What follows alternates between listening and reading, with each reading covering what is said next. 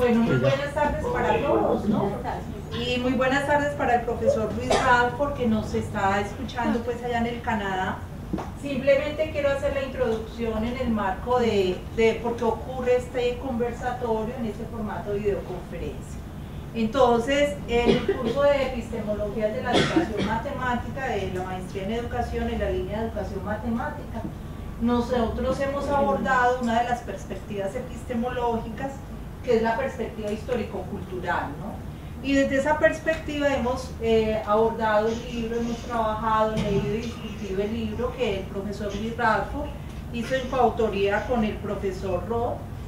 Y en el marco de esa discusión de entender los estudiantes de la maestría fundamentalmente, ¿qué es eso, la perspectiva histórico-cultural, tanto en la enseñanza como en el aprendizaje de la matemática? Es que nosotros hemos invitado al profesor Luis Radford. Entonces, en primer lugar, pues darle un agradecimiento muy especial al profesor Radford. Somos conocedores pues de su larga trayectoria investigativa, del reconocimiento que tienes a nivel internacional, de los premios que has ganado, y sabemos que este espacio que nos has brindado de 2 horas, Luis, es muy importante para nosotros. Entonces, agradecerte pues esa deferencia que tuviste con nosotros. Acá en la sala tenemos a los 5 estudiantes del programa de la maestría en educación, tenemos al profesor Walter Castro, a la profesora Lucía Zapata y a otros profesores y estudiantes que hacen parte del grupo de investigación, que hacen parte de la facultad, que vinieron pues a escuchar el conversatorio, ¿no? Entonces, la propuesta que hicimos Luis y yo para la metodología de trabajo era que fuera un conversatorio, toda vez que los estudiantes y varios de nosotros ya hemos leído el libro. Entonces Luis va a hacer una pequeña introducción, y después de esta introducción los estudiantes o los participantes podemos hacer preguntas, entonces generar un diálogo en torno a esas preguntas. Luis, también te quería comentar que la charla la estamos pasando en vía streaming directo para otros estudiantes de maestría y de doctorado de todo el departamento de Antioquia, ¿no? Entonces, nuevamente reiterarte mi agradecimiento, y ya dejo pues el auditorio contigo, ¿no? Bueno, entonces, ¿podemos empezar? Sí, ya podemos. La mejor manera de empezar la plática de esta tarde es haciendo un poco un recorrido histórico de los orígenes del libro. Ya perdí, no entendí ese momento. El libro ¿no? Este es el libro que ustedes, algunos de ustedes leyeron, trabajar con él. Tal vez empezaría un poco con la historia del libro, cómo fue que llegamos a él. Y para ello tendríamos que regresar a, creo que fue en 2008 por ahí, que una compatriota de ustedes, Paola Valero, me hizo una invitación para ir a participar a un curso, un curso de doctorado que ella organiza periódicamente en la Universidad de Oregon, en Dinamarca. Y el formato del curso es tal que llegan 2 personas que trabajan sobre un tema que es el tema seleccionado para el curso, y hay una invitación para que los alumnos de doctorado y de maestría de los países escandinavos lleguen a él. Y es un curso muy popular. En él ha estado Anna Spar, Etienne Wenger y otros, ¿no? Entonces, esta vez, creo que fue en 2008, probablemente octubre o noviembre de 2008, Paola me invitó a que fuera uno de los conferencistas o uno de los profesores de ese curso. Y el otro profesor era otra persona de Canadá, que yo no había encontrado personalmente, que yo no había visto en persona, que es Michael Roth. Había leído cosas de Michael, Michael había leído algunas de mis cosas, pero nunca habíamos tenido oportunidad de coincidir en algún congreso. Y él vive en la parte oeste del Canadá, y yo vivo más o menos en la parte central, o más para el este. Entonces, no, en realidad las distancias son muy grandes. No habíamos tenido nunca oportunidad de coincidir en un congreso. Entonces, fue uno de los alicientes para ir a dar ese curso. Y evidentemente, bueno, el curso era sobre la teoría de la actividad y su uso, y sus implicaciones, sus posibilidades en la didáctica de las matemáticas y de las ciencias. Evidentemente las fuentes originales con las que trabajamos Michael y yo son muy similares, probablemente las mismas. La teoría histórico-cultural de Vygotsky, la teoría de actividad, o la perspectiva sobre la actividad de Leontief, y en el curso de nuestra estancia, que duró probablemente una semana, ahí en Årbo, Dinamarca, evidentemente hubo una conexión muy fuerte porque estábamos pensando la enseñanza y aprendizaje y estudiándola y analizándola de una manera bastante similar. Y tal vez hay que insistir que no es tan evidente encontrar similitudes en términos de hacer investigación, aún si se tiene la misma base teórica al inicio. Es decir, he encontrado otras personas que se inspiran del trabajo de Vygotsky y sin embargo están haciendo cosas muy diferentes a las que estoy tratando de hacer. En el caso de Michael Roth, la conexión era bastante obvia. Los dos estábamos tratando de entender la teoría de la actividad para resolver problemas muy similares y estábamos entendiéndola de maneras muy similares, con algunas diferencias, pero había bastante terreno en común. Entonces, a la raíz de esa experiencia en Dinamarca, vino la idea de trabajar juntos, pasar juntos algunos días discutiendo, analizando cosas para profundizar lo que estamos haciendo. Pero evidentemente no había en ese momento ninguna perspectiva de escribir un libro o algo así. Michael, diría él, nos invitó, él me dijo, yo voy a Sudbury y solo necesito que me digas cuándo y trabajamos. Nosotros tenemos un seminario acá en la universidad, un seminario que se llama Pensamiento y Cultura. Entonces yo dije, bueno, invitamos a Michael para que dé una conferencia en el marco de nuestro seminario y aprovecho para que se quede esta semana y trabajamos juntos.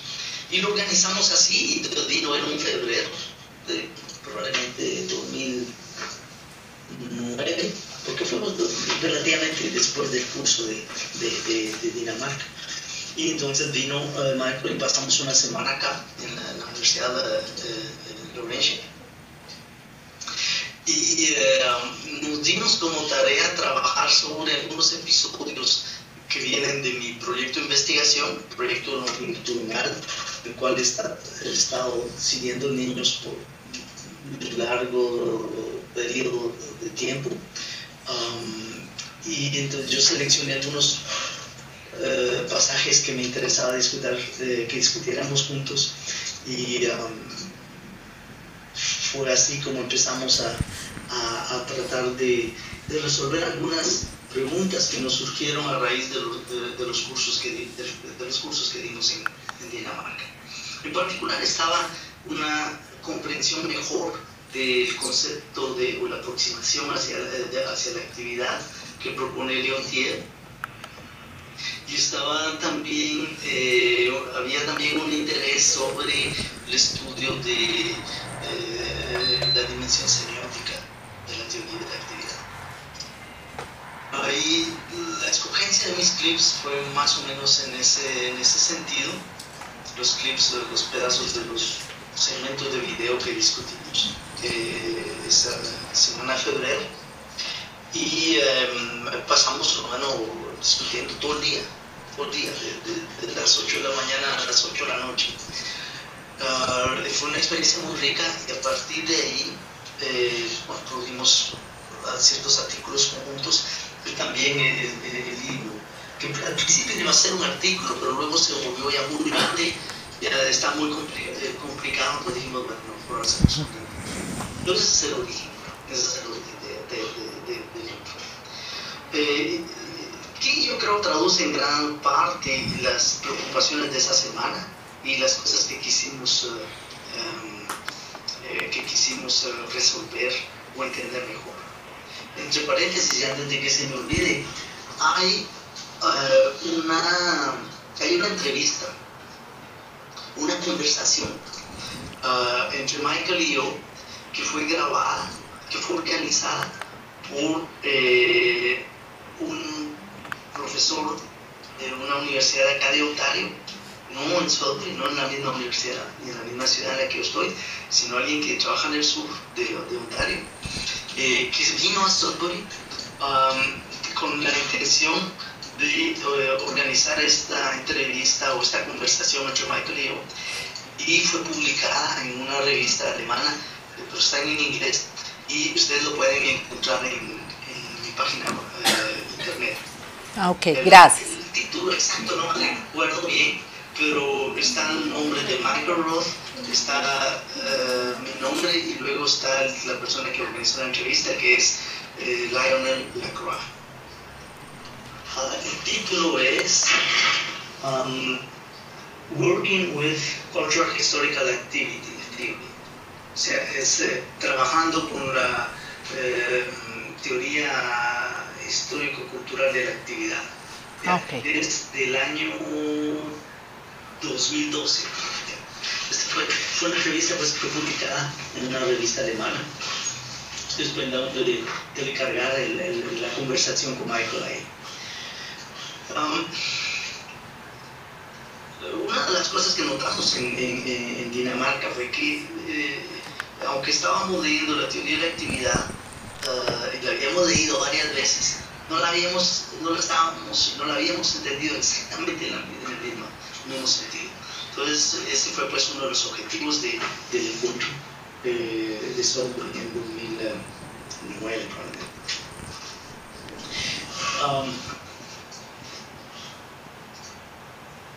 Uno de los problemas que se planteaba era el de entender primero el objetivo de Leontief. Al escribir su libro de conciencia, Activity, Consciousness and Personality, actividad, conciencia y personalidad, que es considerada, pues, la obra cumbre de Leontief. ¿Por qué queríamos entenderlo? Porque veíamos que bueno, primero porque es un libro muy complejo, tiene ideas muy complejas,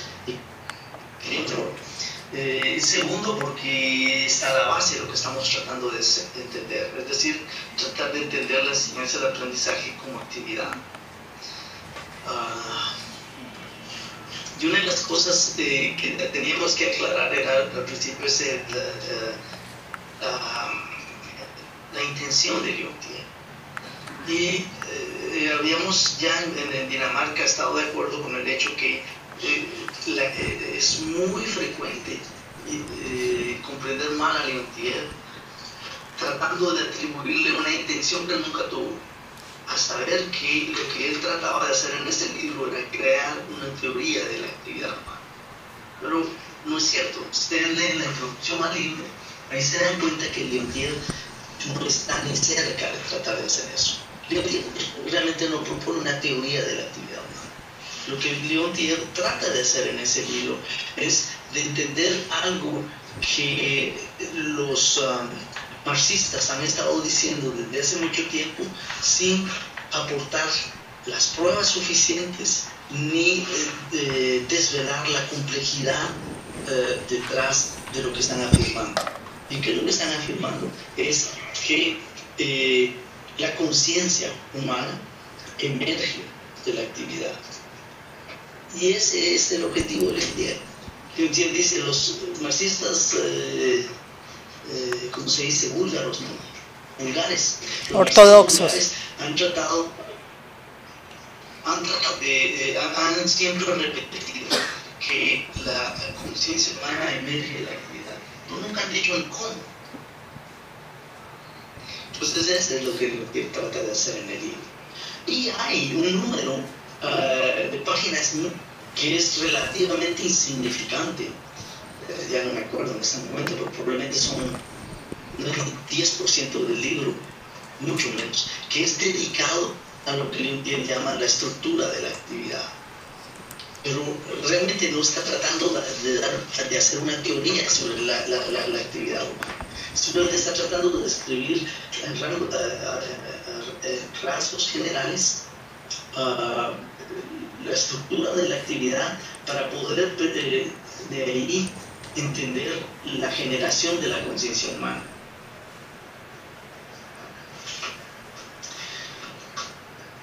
Entonces fue eso lo que nos dimos como tarea de discutir al principio. Y aparece pues claro que al leer el libro de Leontief, y por cierto, Michael lo podía leer en alemán, y en inglés, y en francés, y él lo podía leer en inglés, en francés y en español. Entonces teníamos 4 versiones del libro de Leontief entre nosotros. Entonces íbamos de una traducción a otra y a otra para tratar de entender mejor lo que Leontief había estado tratando de hacer.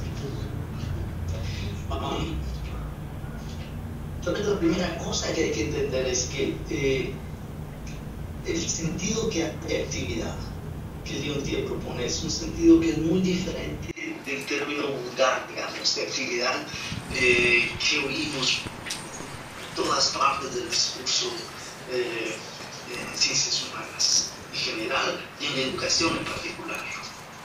La actividad, de hecho hay 2 términos en ruso y 2 términos en alemán, pero en inglés y en español y en francés se pierde porque solo hay uno. Mezcla los 2 sentidos originales. Es muy diferente, es muy importante de mantener presente, porque si no, uno mezcla muchas cosas. Entonces está el concepto de actividad como algo banal, como estar ocupado con alguna cuestión. Alguien está haciendo algo, tú estás llevando a cabo una actividad, está ocupado en algo.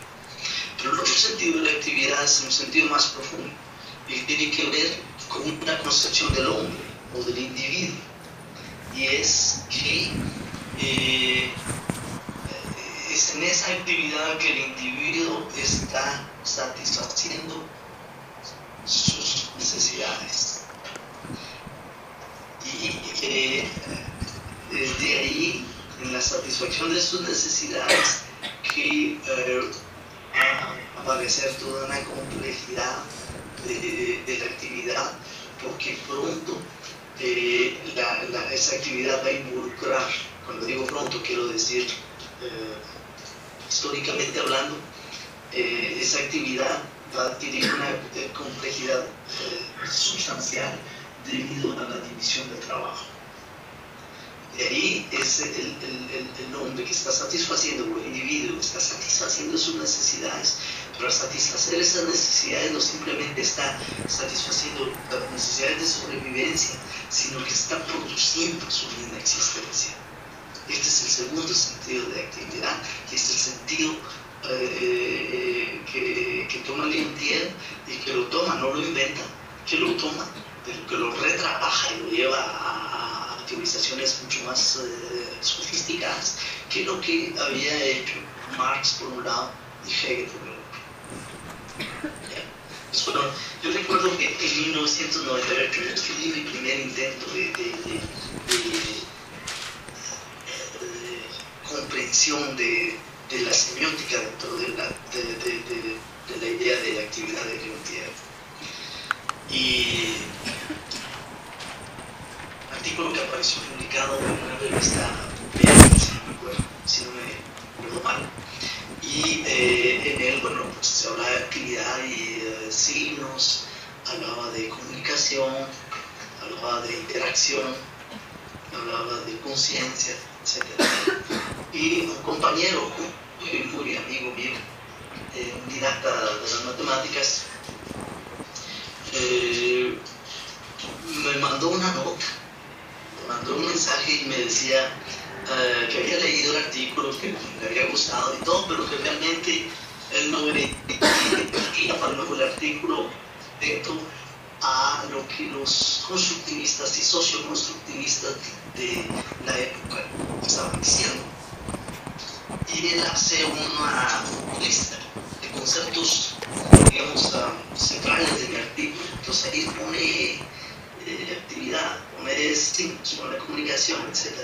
Y luego va, esto lo tenemos en el socioconstructivismo, esto lo tenemos en el socioconstructivismo, y así sucesivamente. Entonces al final dice, ¿qué es nuevo? Entonces, eso me llevó a pensar que en realidad teníamos que ser mucho más cuidadosos en la manera de decir nuestras cosas, porque no es porque dos o más palabras o conceptos aparezcan en una teoría y en otra que estas palabras o conceptos tienen un sentido. No es lo mismo. Entonces eso fue una experiencia muy interesante porque me llevó a tratar de ver precisamente qué era eso específico de actividad a lo que yo estaba haciendo referencia cuando estaba basando mis cuestiones en Leontief, que no se hacían del lado del constructivismo en este caso. Entonces, sí, ellos tienen la actividad del sujeto, la actividad del alumno, y estudian la actividad del alumno, estudian la actividad del profesor, pero no era el mismo sentido de actividad. Entonces, desde ese tiempo aparece pues una intención de tratar de entender mejor lo que Leontief quiere decir con actividad. El curso de Dinamarca es una ocasión para hacer ver ya diferencias entre el sentido de actividad dentro del materialismo histórico y el sentido de actividad en otras aproximaciones teóricas. Y está ahí donde aparece ya una aproximación fuerte con Michael Roth y el deseo de entender mejor lo que se quiere decir por actividad en una perspectiva histórico dialéctico materialista. Leontief presenta en ese libro ese esquema, esa idea de actividad que nos parece fundamental para tratar de entender los procesos de enseñanza-aprendizaje. La actividad, dice Leontief en el libro,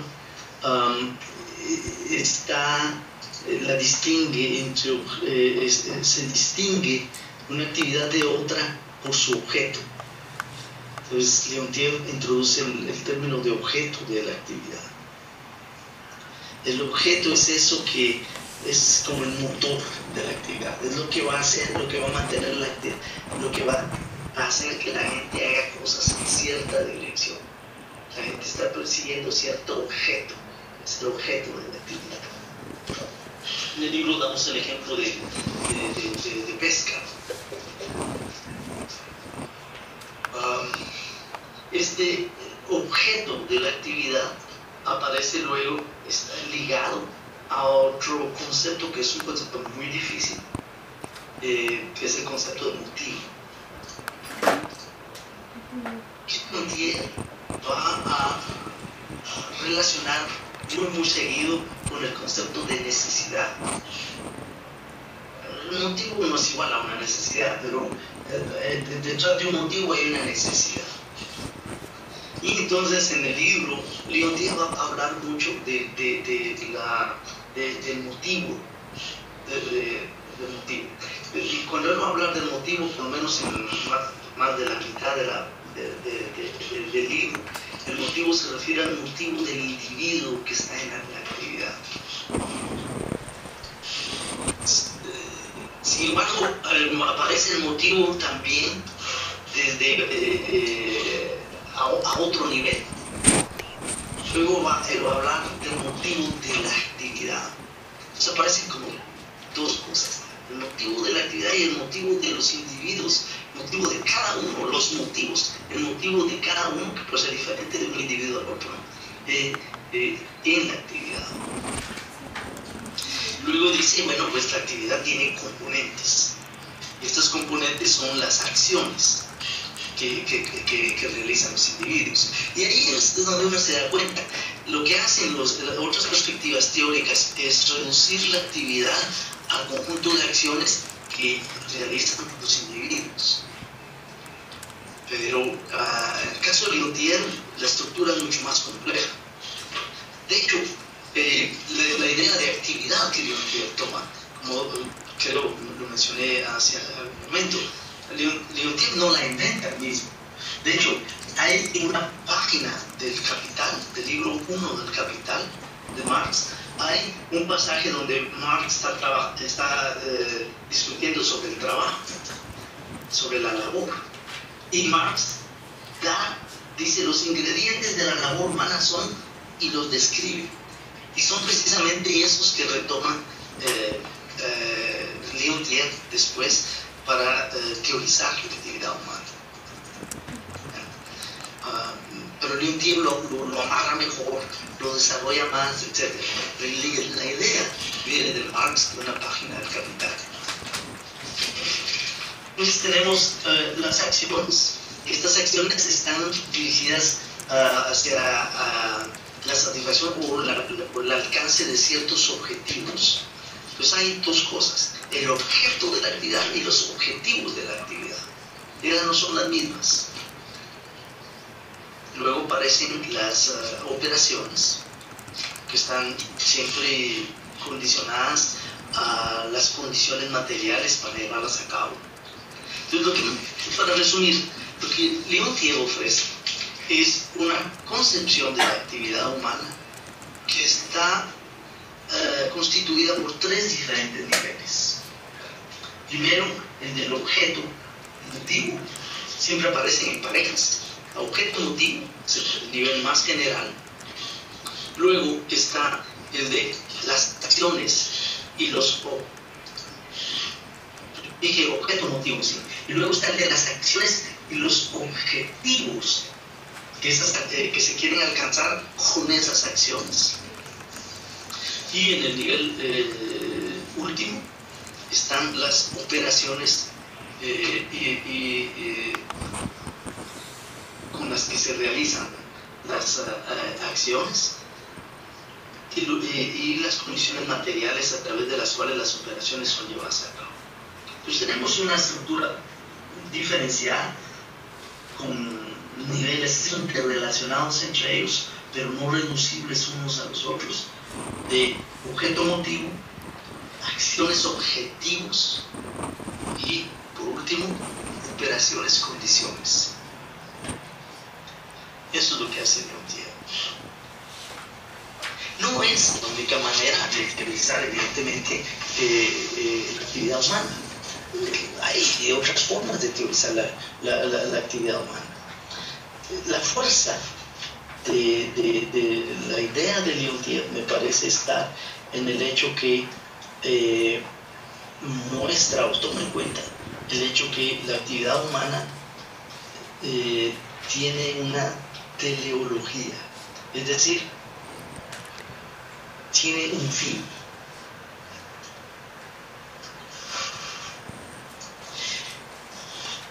Cosas que no tienen un fin, por ejemplo, encuentros entre individuos sin un fin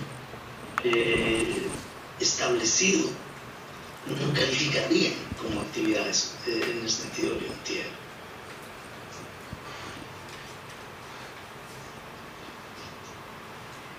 Recuerdo que hace muchos años en una conferencia dice, bueno, yo encuentro un bote de jugo vacío al salir del edificio y le pego una patada, es que eso, hay una acción ahí, ¿no?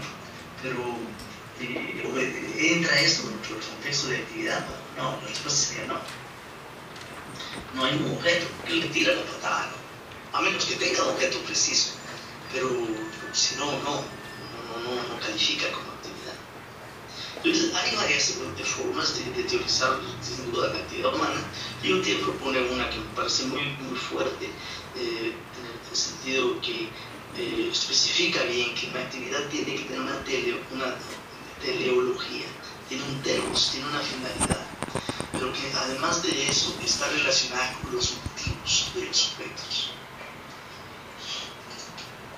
Entonces hay este objeto, es un objeto que puede ser social, y este objeto social está ya, no son simplemente sujetos que están tratando de llegar a él, sino que la forma en que se está desarrollando la actividad va a depender de los motivos de la actividad y de los sujetos mismos. Entonces, lo que sucede es, en otros términos, es que de la teoría de la actividad de Leontief, de la idea de actividad de Leontief, se desprende un esfuerzo de teorización. El sujeto y la sociedad están inmersos en una relación dialéctica. Esta, yo pienso, es la gran fuerza de la teoría de la actividad de Leontief. El sujeto siempre está pensado en términos sociales. El sujeto es una entidad social. Ha habido críticas a la teoría de Leontief, y yo pienso personalmente, pero quizás me equivoco, que una de las discordancias, no solo diferencias, sino discordancias entre Leontief y Vygotsky es el hecho que precisamente la dimensión semiótica se queda un poco de lado dentro de la estructura que Leontief propone para su idea de actividad. Mientras que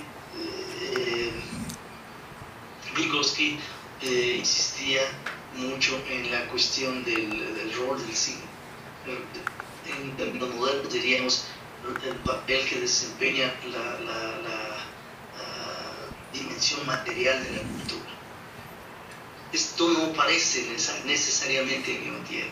Aparece de otra forma, y de hecho fue una de las preocupaciones más importantes de Leontief.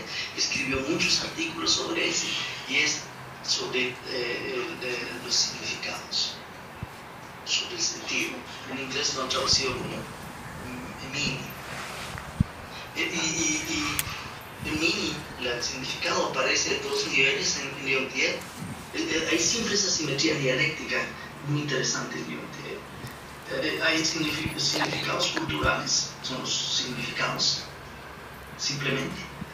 Y luego están los sentidos personales de los individuos.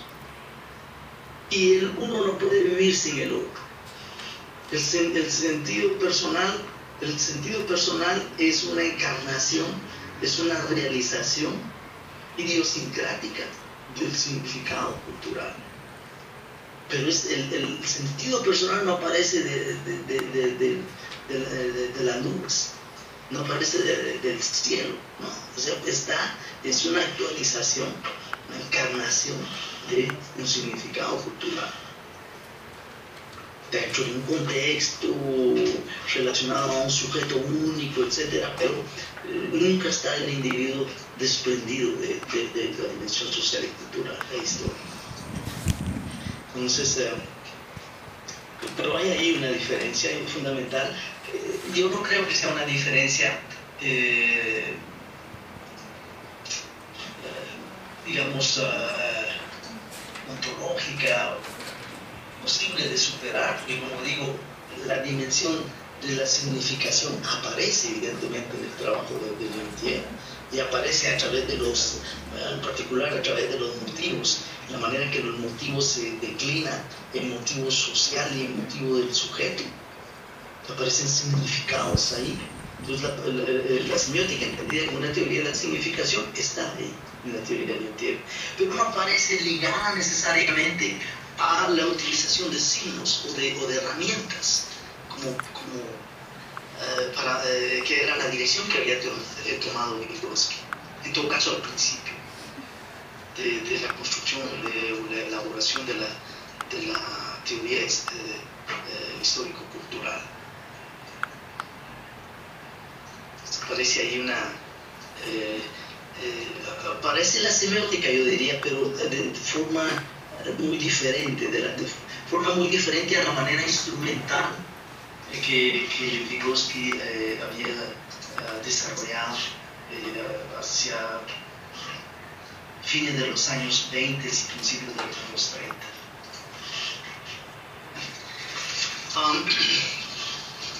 Bueno, porque es suficiente de hablar de la teoría de la actividad, pero sí pensaba yo que era importante que habláramos de esto, porque claro, solo así se puede entender por qué en la conferencia que di precisamente en Colombia, en Barranquilla, yo decía que el año pasado, creo, yo decía que la categoría fundamental de la teoría de la objetivación es precisamente la actividad.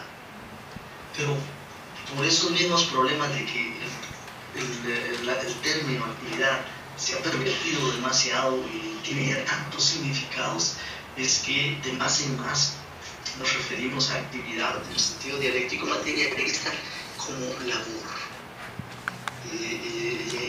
Incluso decimos no solo labor, sino que labor. Quizás, si no sé, en un rastreado libro, creo que esta idea de labor conjunta es posterior al libro, pero está relacionado con él y con las discusiones que tuvimos cuando lo escribimos. Pero no he rastreado, no he hecho una búsqueda en el PDF para ver si aparece la idea de labor conjunta ahí. Pero es una idea que es importante, que de hecho aparece de cierta forma tematizada en otro artículo que escribimos con Michael, en el que hablamos, en el que introducimos un concepto que es imposible de traducir al español, pero que viene del término inglés together. Together es juntos, estar juntos. Pero no es estar juntos, sino es ese proceso de estar juntos. En inglés se puede decir, haciéndole un poco de violencia a la lengua, a través del término togethering. ¿Ya?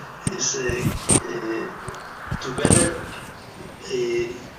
más ing, togethering.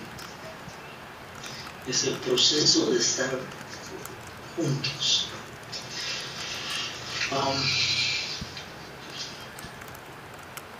El libro gira alrededor de un ejemplo. De hecho, es un episodio que dura, no me acuerdo en este momento cuántos minutos, pero no es muy largo. Es, no sé, no me acuerdo, unos cuantos minutos. Y en él, era el primer año que filmábamos en una clase que seguimos por varios años. Esta es una clase de cuarto año, me parece. Fuimos a filmar y estábamos interesados en ver y estudiar los procesos de generalización de patrones en alumnos dentro del contexto de un estudio sobre el desarrollo del pensamiento algebraico de estudiantes de primaria. Y una de las cosas que me llamó la atención, y fue por eso que yo seleccioné este clip, ese segmento, ese pedazo de video, para que lo discutiéramos con Michael, porque en él pasa algo que es, me pareció desde que lo vi muy importante. Es un pedazo en el cual hay 3 alumnos que se supone constituye uno de los pequeños grupos de la clase. La clase fue dividida en pequeños grupos de 3, 2 alumnos. Y hay este grupo particular en el cual hay un muchacho y 2 niñas. Y el grupo no está funcionando muy bien. Las 2 niñas dejan un poco de lado al niño. El niño hace varios intentos para tratar de trabajar con ellas, y las niñas no es que ellas estén trabajando entre ellas tampoco, sino que no están muy implicadas, no están muy envueltas, no están muy interesadas en la tarea matemática que se propone. Y entonces el niño decide hacer las cosas por su lado, y se trata de un problema en el que hay una alcancía con $6, y luego al final de cada semana la niña mete $3 a su alcancía, de manera que al final de la primera semana ya tiene $9, después va a tener $12, después 15, etc. Es una secuencia aritmética de diferencia 3, primer término 6, que los estudiantes tenían que estudiar y eventualmente llegar a encontrar una manera para calcular el número de dólares ahorrados al final de semanas alejadas, la semana 10, la semana 100, la semana 1000, 150, cualquier semana grande, ¿no? Cualquier número de semana grande. Y eventualmente tal vez quizás llegar a una escritura más o menos algebraica de la fórmula que define la secuencia aritmética. Y el niño, hay una tabla, proponemos una tabla. Eso ha sido una de las discusiones en el diseño de nuestras actividades, si proponemos tablas o no proponemos tablas. Si proponemos una tabla, estamos orientando evidentemente al alumno hacia cierta forma de pensar el problema. Ahora estamos induciendo una manera de organizar, de producir datos, de organizarlos y quizás de interpretarlos. Entonces, una de las discusiones que tuvimos con el equipo fue tratar de pensar si poníamos tablas. Y al final quedamos de que sí, podíamos poner la tabla y que la tabla podría ser un elemento generador de significados algebraicos. El problema es, y después lo descubrimos y lo hemos analizado en varias ocasiones y lo hemos vuelto a encontrar en la práctica, es que una tabla de valores es para poner los valores. Aquí en francés lo llamamos acá tabla de valores. Es esta tabla que ustedes miran en una de las hojas del libro, donde hay dos filas, y en una está el número de la semana y el otro está los cálculos que se van efectuando. Entonces, normalmente la tabla de valores sirve para decir, en la primera semana hay $9, en la segunda semana hay $12, en la tercera hay 15, etc. Pues la tabla de valores en realidad no ayuda para desarrollar el pensamiento algebraico. No ayuda simplemente porque lo que se ponen ahí son los resultados, no el proceso. Y lo que nosotros queremos es que los alumnos tomen conciencia de una fórmula de cálculo, que es lo que va a dar la fórmula algebraica después. Se va a traducir en términos de simbólicos alfanuméricos después como una fórmula lineal, ¿no? Entonces, en ese sentido, la tabla de valores, la matriz de dos filas, no ayuda. Pero lo que decidimos fue poner más bien el proceso, insinuar que lo que queríamos que los alumnos se pusieran en las celdas era el proceso y no el resultado. Sin embargo, lo que vemos con los alumnos es que, y ese es el caso de Mario, el alumno piensa el problema dentro de los saberes que tiene, las experiencias pasadas, y lo mira aritméticamente. Entonces tiene tendencia a escribir 9, 12, 15, 18, etc. Entonces hay una tensión ahí. Hay una tensión ahí que tiene que ver con el objeto de la actividad. ¿Cuál es el objeto de esa actividad de la que hablamos en el libro que escribimos con Michael? El objeto de la actividad es no que los estudiantes reduzcan mejor. El objeto de la actividad es que los alumnos lleguen a pensar algebraicamente sobre las secuencias numéricas. Ese es el objeto. Para eso entonces nos damos ciertos objetivos. En la tarea, el problema que trata sobre esta cuestión contextual y luego hacemos preguntas alrededor de eso. Pero el objeto es que los alumnos lleguen a pensar algebraicamente acerca de las secuencias numéricas.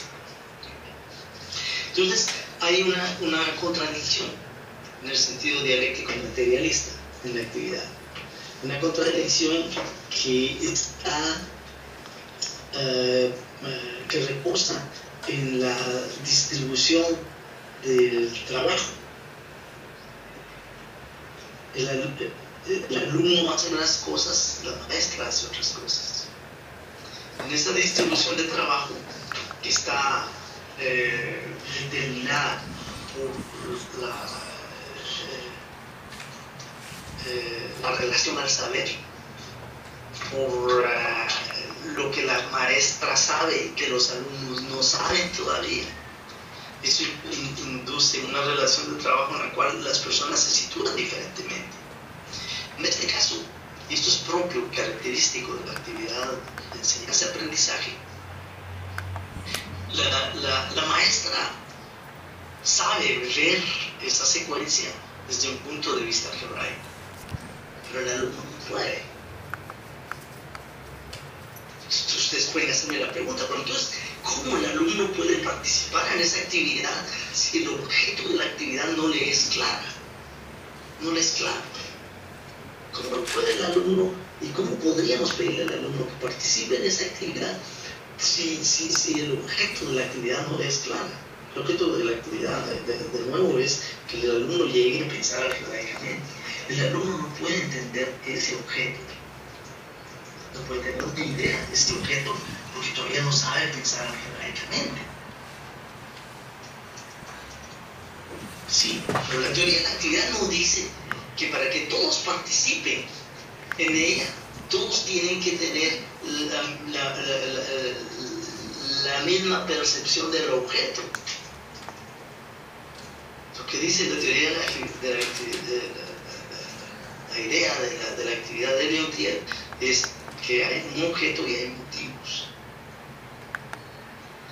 Lo que pasa con las teorías lo que pasa con la enseñanza y aprendizaje vista como una actividad es que el objeto de la actividad no es refractado de la misma manera en todos los individuos.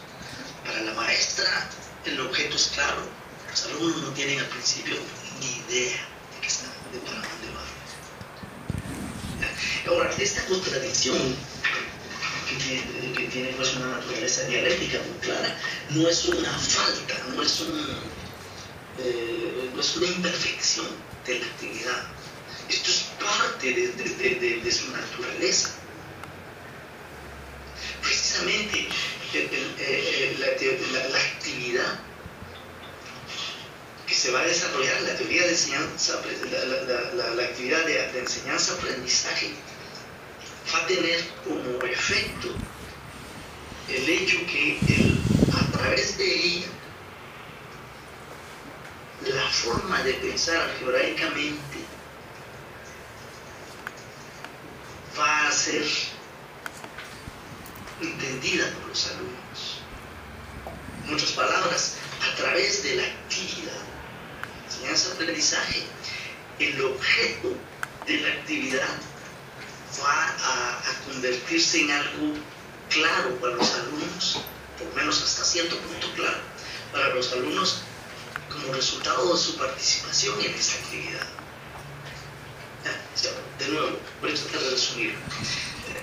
Se podría decir que el alumno no puede implicarse en la actividad, no puede envolverse, no puede participar en la actividad, no conoce cuál es el objeto de la actividad.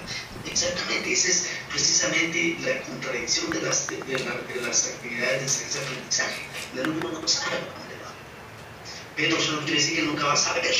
Lo que sucede es que ese objeto de la actividad, que se refracta de manera relativamente clara, dependiendo de la formación, etc., en la conciencia de la maestra, va a desvelarse, va a empezar a revelarse poco a poco, progresivamente, a la conciencia del alumno.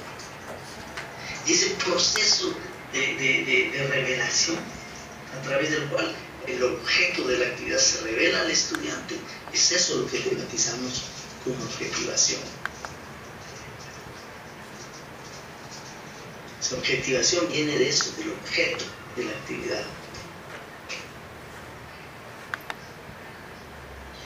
Es eso lo que quiere decir. Son esos procesos sociales, corporales, afectivos,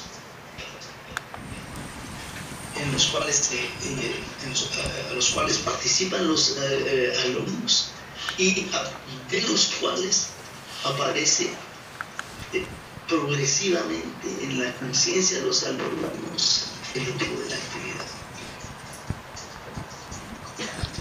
Fíjense que realmente nosotros no estamos interesados en esa secuencia, en la secuencia que está en el libro, ¿no? Nosotros no estamos interesados en la secuencia aritmética 6 más 3n.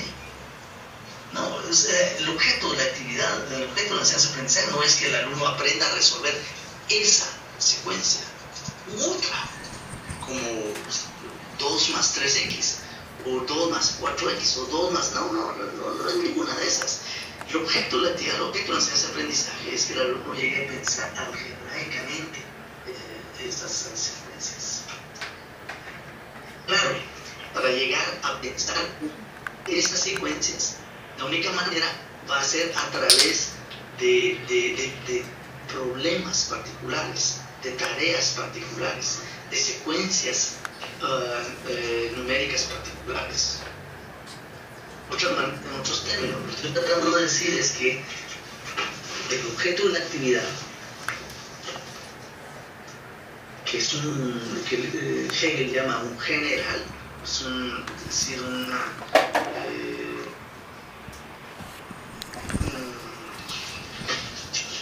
saber en sí, va a volverse objeto de conciencia únicamente a través de secuencias particulares. O sea que el único acceso que tenemos al general es a través de un particular. El general no lo podemos ver así.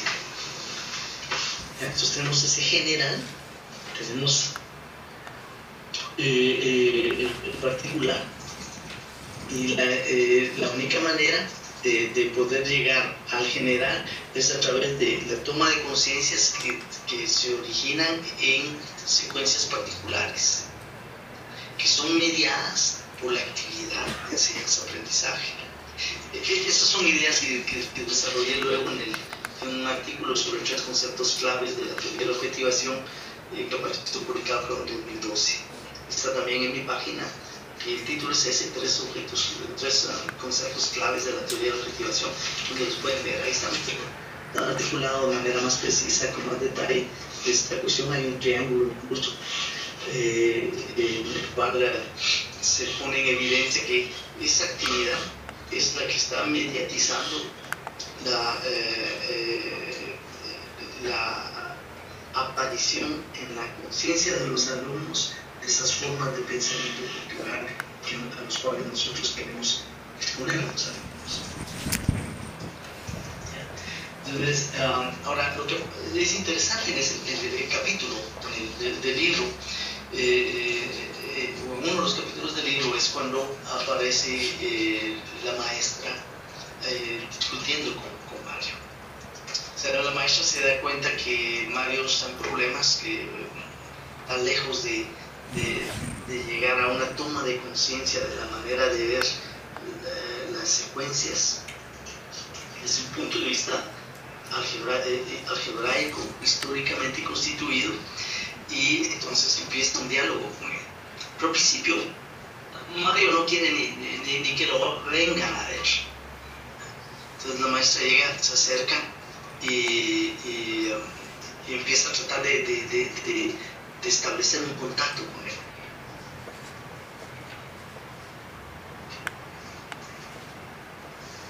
Mario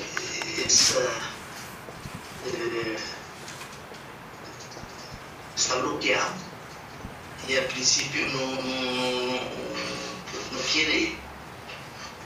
quiere oír a la maestra. La maestra tiene frente a ella un problema muy importante, ¿no? Es un problema de enseñanza que los maestros enfrentan cotidianamente. Entonces la maestra empieza a mostrar y efectuar un acercamiento muy paulatinamente, pero muy despacio, con mucho cuidado, que nos llevó mucho tiempo poderlo entender. Tuvimos que ver los videos cientos de veces y foto después de lo que se llaman los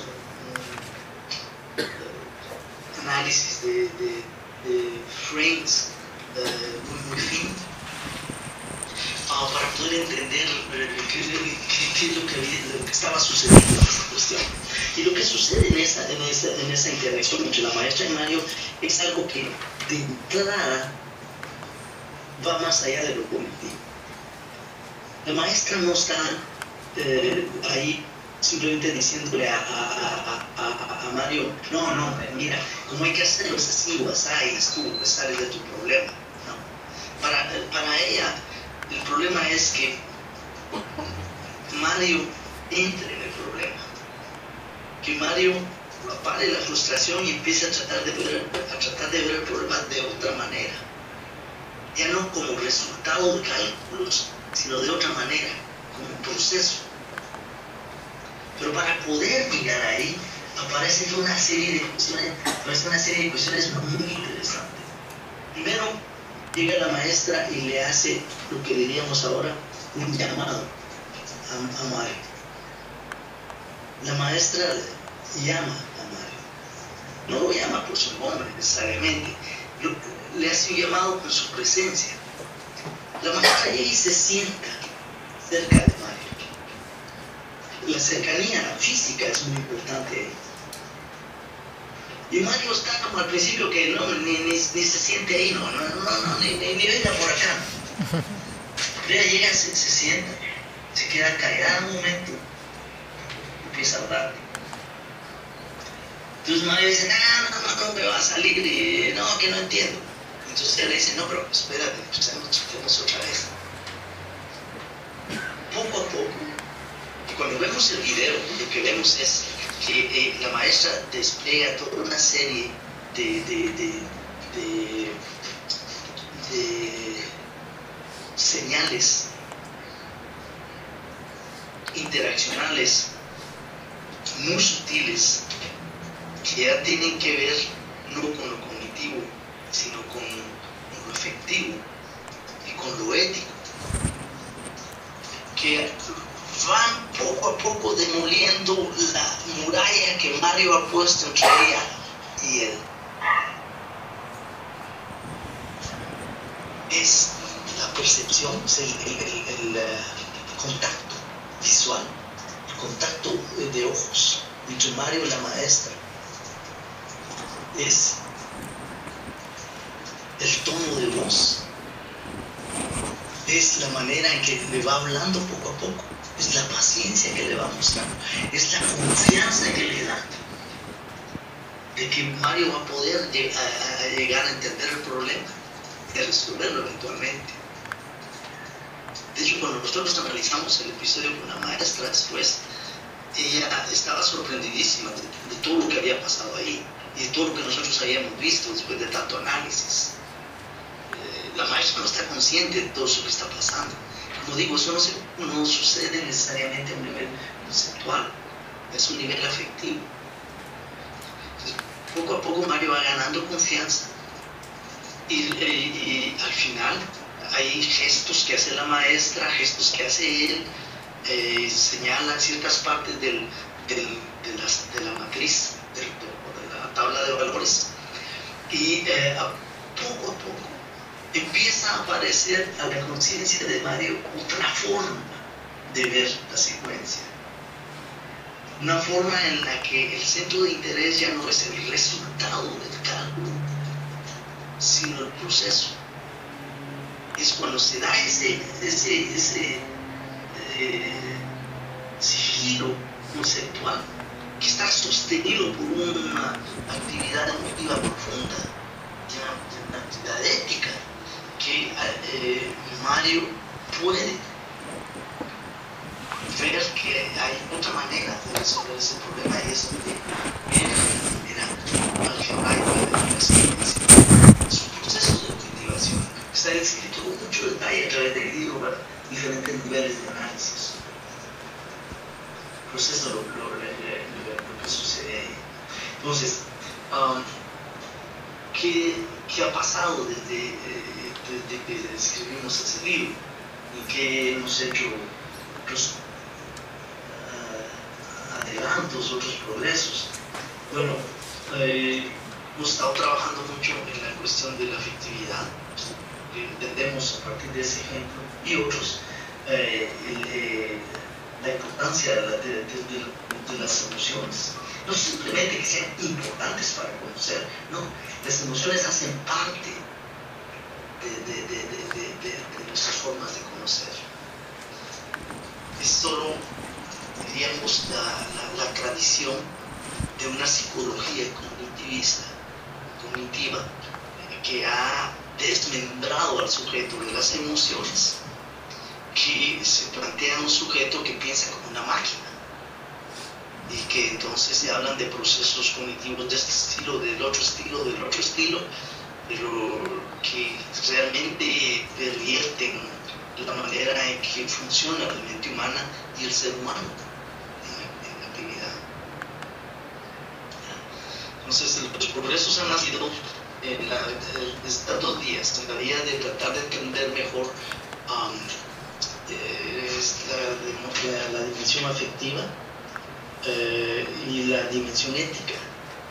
Y por dimensión ética queremos decir esa relación preconceptual que se establece entre los individuos en una actividad y que hace que esta actividad siga evolucionando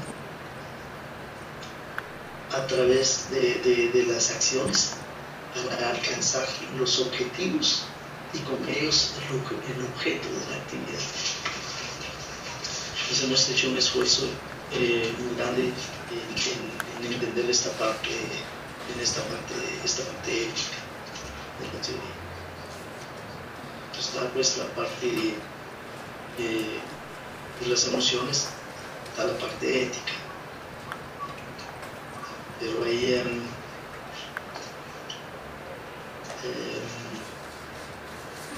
esto nos ha llevado a tratar de reconceptualizar de otra manera el papel que desempeña el alumno y el profesor. En las teorías constructivistas, el profesor de hecho es simplemente puesto a un lado, lo dejan fuera de la ecuación, porque es el alumno el que construye su propio saber. En la teoría de la objetivación lo que decimos es que no, el saber ya está construido, está culturalmente construido, ya está ahí. Entonces hay un concepto diferente de saber también, pero entonces el problema se plantea en términos de los procesos a través de los cuales el alumno toma conciencia de ese saber. Pero eso nos ha llevado a reconceptualizar completamente el papel del alumno y el papel del maestro. Y aparece entonces una nueva línea de investigación, la cual estamos trabajando actualmente, es la de dar cuenta de todos esos procesos de implicación del sujeto a través de los cuales el sujeto se convierte en sujeto de la actividad, a través de los cuales el sujeto es reconocido como sujeto de la actividad. Son procesos de subjetivación, a través de los cuales el alumno se convierte en un sujeto cultural.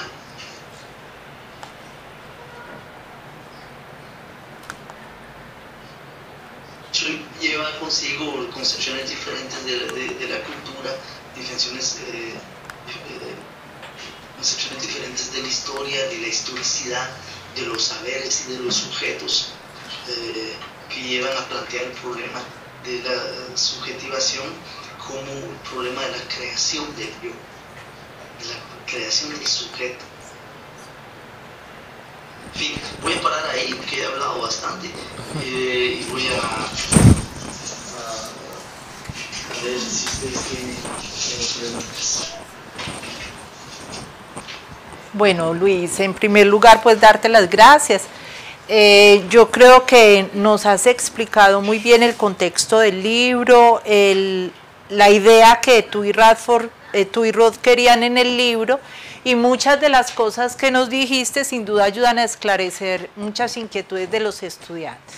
Entonces, le voy a dar la palabra a los estudiantes y a los participantes, no sin antes hacer una mención a la nota del profesor Paulo Gerdes, que como tú sabes falleció.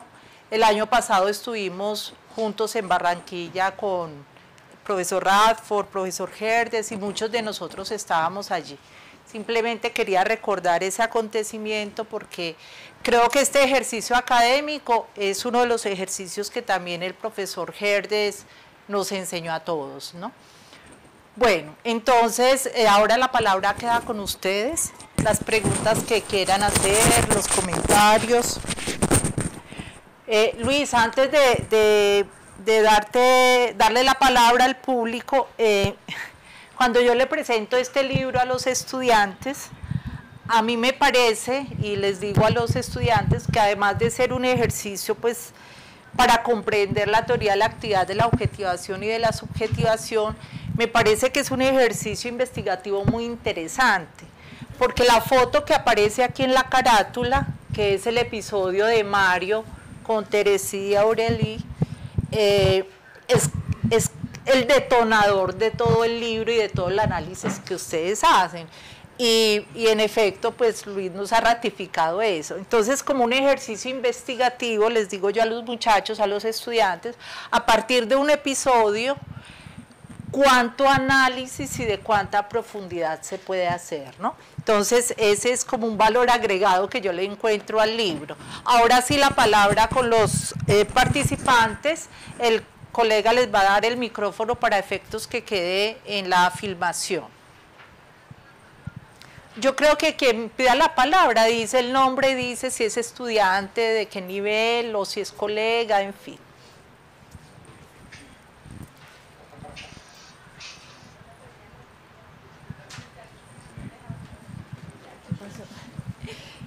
Buenas tardes.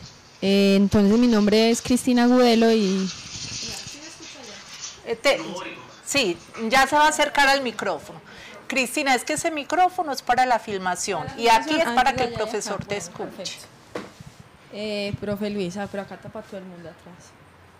Bueno, mi nombre es Cristina Agudelo y soy estudiante de la línea de maestría. Entonces, mi pregunta iba con respecto a en algún momento, y nosotros teníamos la discusión en el curso también, sobre diferenciar el concepto de objeto y de objetivos, que nos hablaba ahorita en la referencia que nos hacía como del contexto del libro, que efectivamente en el marco de la actividad estos dos conceptos eran diferentes. Entonces, a mí me gustaría como aclarar, o que usted nos aclarara en este sentido qué era para usted el objetivo y en qué aspectos es diferente y se distancia de ese objeto. Y otro asunto que para mí también es muy importante es el asunto del motivo, que nos decía que hay un motivo desde lo social y un motivo desde el sujeto. Entonces, ese motivo dentro de la actividad, hay un motivo para el maestro cuando está en actividad, hay un motivo para el estudiante, o el motivo para ambos es el mismo, o se espera que en algún momento ese objeto motivo de ambos coincida. ¿Cómo es esa relación entre esos elementos cuando se está hablando dentro de esa teoría de la actividad? Muchísimas gracias. Luis, si te parece, escuchamos algunas preguntas y tú nos contestas de manera grupal.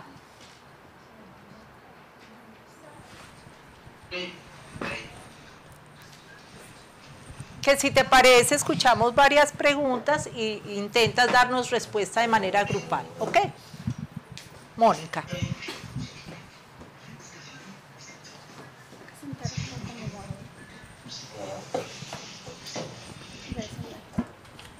Profesor, buenas tardes. Primero, pues agradecerle por este espacio. Tengo pues como varias inquietudes. Yo soy estudiante también de la maestría y pues apenas estoy como iniciando mis acercamientos a esta teoría. Bueno, una de las dudas pues que tenía pues allá con los compañeros es cómo nosotros podríamos pensar o cómo podríamos lograr que los estudiantes se vayan haciendo conscientes de ese objeto motivo que como profesores tenemos, y en esa misma línea, si los objetivos permiten o pueden permitir que el objeto motivo del estudiante y del profesor converjan en algún momento de la actividad. Y la segunda pregunta es, ¿cómo dan cuenta las tareas en sí, sin la interacción, sin ese proceso, las tareas como tal que se les presentan a los estudiantes, de lo social, lo histórico y lo cultural del objeto que se está pues abordando en ese momento? Son esas, gracias. ¿Puedes repetir la última pregunta? Sí, profe. ¿Puedes repetir la última pregunta? Sí. Que ¿cómo dan cuenta las tareas en sí, si la interacción de lo social, lo histórico y lo cultural del objeto que se está abordando en esa actividad? Gracias. Yo creo que podríamos escuchar otra pregunta para darle la palabra a Luis. Walter.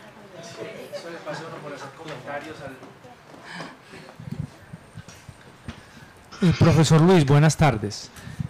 Me gustaría que usted comentara una relación entre el concepto establecido de comprender y aprender y el concepto de tomar conciencia.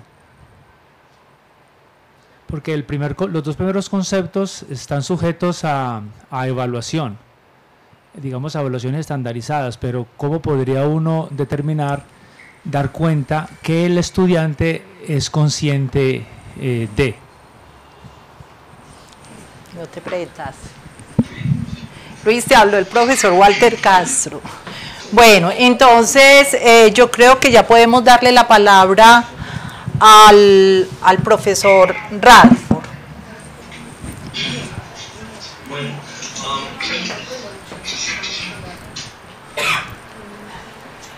sí, voy a empezar para señalar orden de las preguntas. El objeto y el objetivo aparecen, creo yo, bien distinguidos en la idea de actividad que propone Leontief. El objeto, como dije, es eso hacia lo cual es lo que mueve la actividad. Los ejemplos que da Leontief son ejemplos relativamente sencillos, digamos. Tal vez muy sencillos, que hacen en otros casos perder de vista la idea de la complejidad que puede haber detrás de ese concepto. En otras palabras, dada el carácter demasiado elemental de los ejemplos de Leontief, bueno, tienen una intención pedagógica evidente, al final paga mal, porque cuando ya se trata de traducir la estructura, la idea general a la sala de clase, la complejidad del objeto ya es incomparable, y entonces uno tiene dificultades a tratar de adaptar o de usar la teoría o la idea de actividad a la enseñanza y aprendizaje. Lo primero que habría que ver es que el objeto eso pertenece al primer nivel de la actividad, mientras que el objetivo pertenece al segundo nivel de la actividad. En una diapositiva que elaboré precisamente para una presentación en Brasil hace algunos años, yo puse lo que son lo que podría ser la estructura de objetivo. Y en esa estructura de la objetivación aparece primero el objeto. Primero tenemos que tener claro cuál es el objeto de la actividad. En este caso, de la actividad de enseñanza-aprendizaje. ¿Cuál es el objeto? Pues como yo decía, el objeto no es que Mario llegue a resolver llegue a establecer la fórmula general de la secuencia 6 más 3x. ¿Ya? O sea, el objetivo no es las secuencias, no es producir la fórmula y igual a 6 más 3x. Ese no es el objetivo. Tampoco otra fórmula lineal particular. La idea, el objeto de la actividad es, en este caso, de llevar a los alumnos a pensar de una manera algebraica que ha sido histórica y culturalmente constituida. Entonces la parte de la historicidad que tiene que ver con la tercera pregunta, la segunda pregunta, y la parte de la cultura tienen ya que ver relacionados con ese objeto, porque ese objeto de la actividad ya es un objeto histórico-cultural. Las formas de pensamiento algebraico y las formas de pensamiento matemático, cualquiera, e incluso las formas de pensamiento estético, o sea, formas de pensamiento legal. Todas las formas de pensamiento han sido constituidos históricamente y culturalmente. ¿Ya? Y es eso de lo que trata en gran parte la educación. Y digo en gran parte porque le falta la otra mitad todavía. Tal vez si no me olvido voy a regresar sobre la otra parte de la educación. ¿Ya? ¿Ya? Entonces, la mitad de la educación, en todo caso la educación escolar, está o debería estar orientada hacia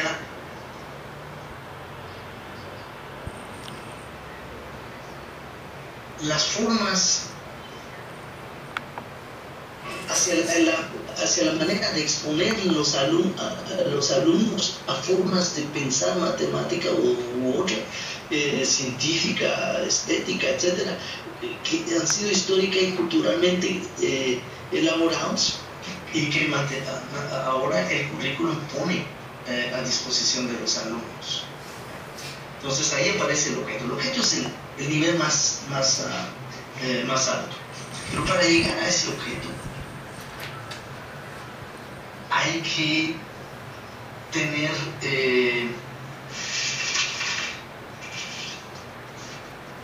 ciertos objetivos. Entonces, ¿cómo voy a llevar a los alumnos a pensar algebraicamente o geométricamente o estadísticamente? No lo puedo hacer en general, tengo que hacerlo a través de problemas y de situaciones particulares. Entonces, ¿cuáles van a ser mis objetivos? Mis objetivos va a ser llevar al alumno a pensar algebraicamente a través de las asociaciones numéricas. Entonces lo que voy a hacer es, voy a construir, voy a crear, voy a diseñar tareas que tengan como objetivo llevar al alumno a pensar las secuencias algebraicamente. En nuestro trabajo, por ejemplo, con niños como Mario y el grupo de Mario, entonces empezamos con unas tablas. Luego, en otros problemas ya posteriores, ya no hay tablas. Ya pensamos que el alumno, si tiene necesidad de tablas, puede recurrir a ellas por él mismo. Y luego ponemos problemas más difíciles, que tienen que ver con secuencias lineales. Otras pueden ser secuencias donde el coeficiente, o uno de los coeficientes, ya no es un número entero. ¿Ya? Puede ser un número incluso negativo. Entonces vamos, estas son objetivos. Entonces, para poder llegar llegar al objeto, necesito ciertos objetivos. Esos objetivos van a ser tal, todos los identificamos. Para eso, ese objetivo necesitamos crear ciertos problemas. Entonces ahí aparece la distinción muy clara entre objeto y objetivo. Si la teoría fuera acerca de los objetivos, entonces no se llamaría la teoría de la objetivación, sino la teoría de la objetificación.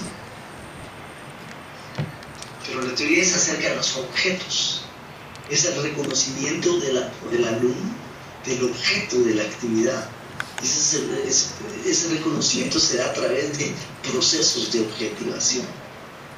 De ahí viene el nombre, de hecho, de teoría. ¿Ya? Entonces, creo pues que esto distingue, tal vez, si ustedes quieren detalles,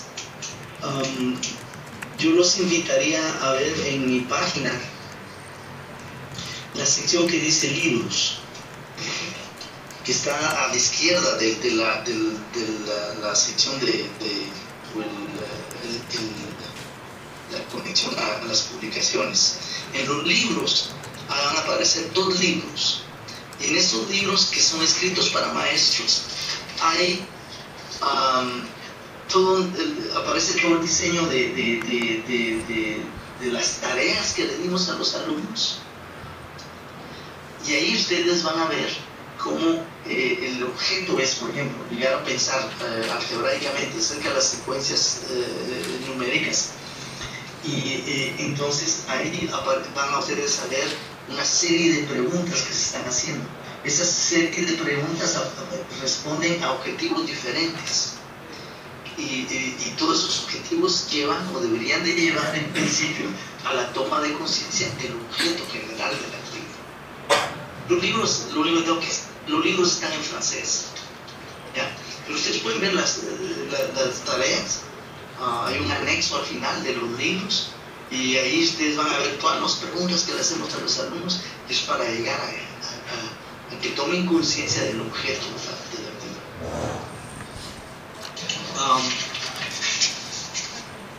Lo del motivo, como digo, hay motivo social y hay el motivo individual. Lo que hace Lioutier es que los dos motivos están siempre relacionados. Como yo decía, es una de las fuerzas de la teoría.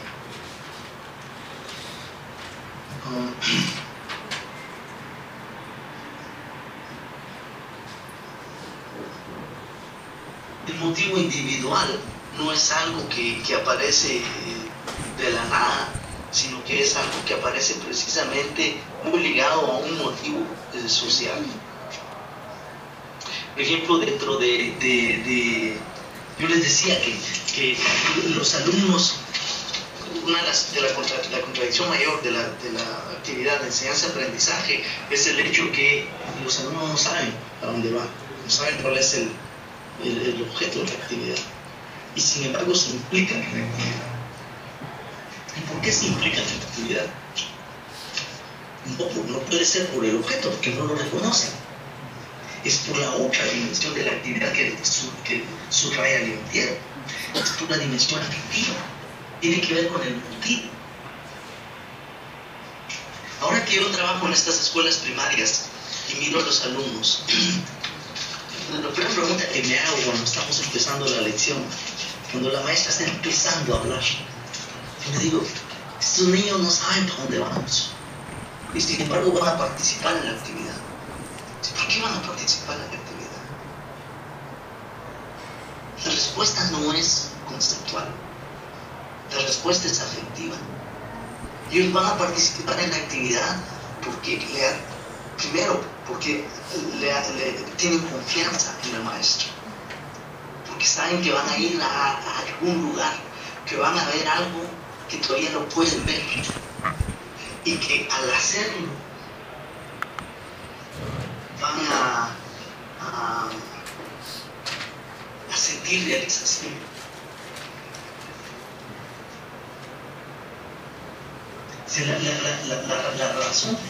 La razón por la cual los niños entran en la actividad y participan en la actividad es más bien de índole emocional, porque van a trabajar con otros, porque van a hacer un esfuerzo conjunto, porque se van a ayudar unos a otros,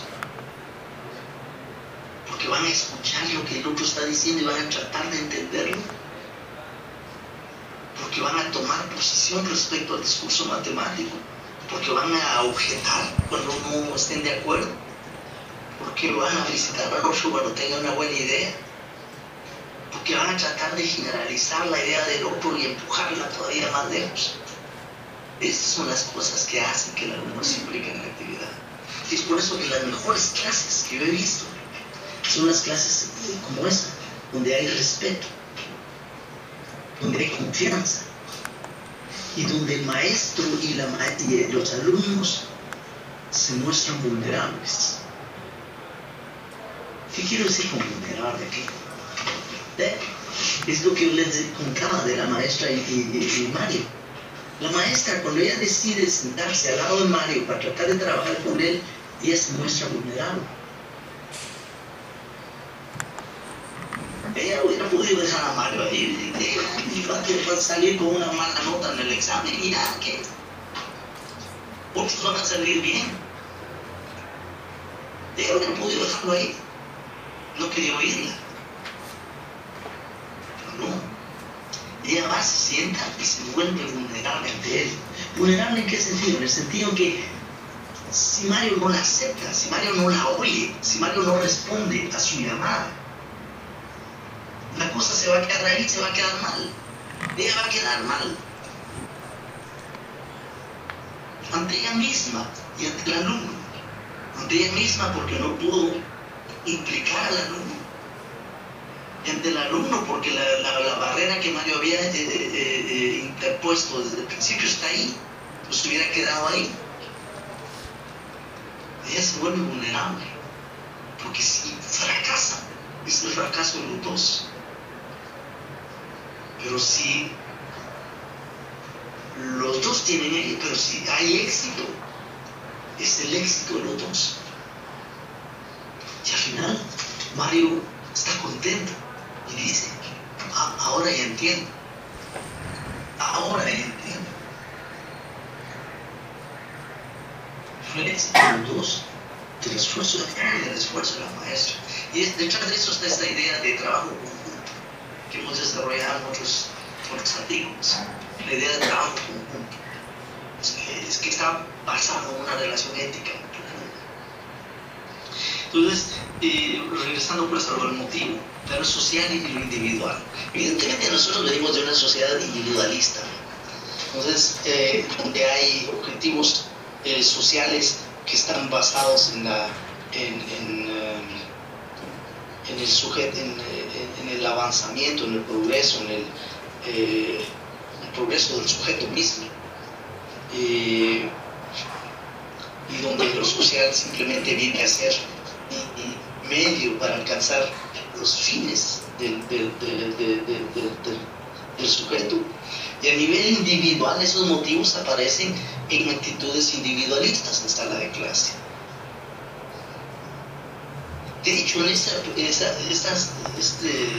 video del cual está basado el libro, es la primera semana que trabajamos con esta clase.